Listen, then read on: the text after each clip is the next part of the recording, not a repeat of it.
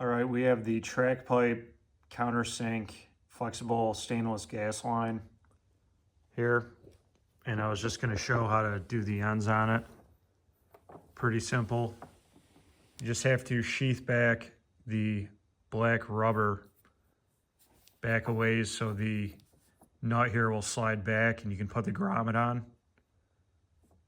I'll take it off right now and show you. So I sheathed it back about that far.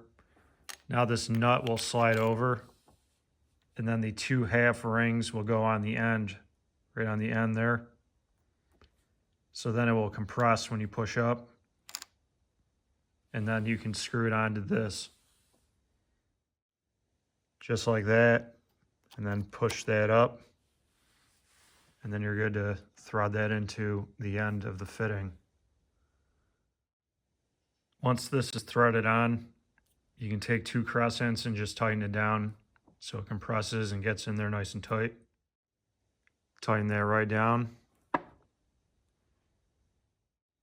And there you have it, all tightened right down. Should be good to go to be installed.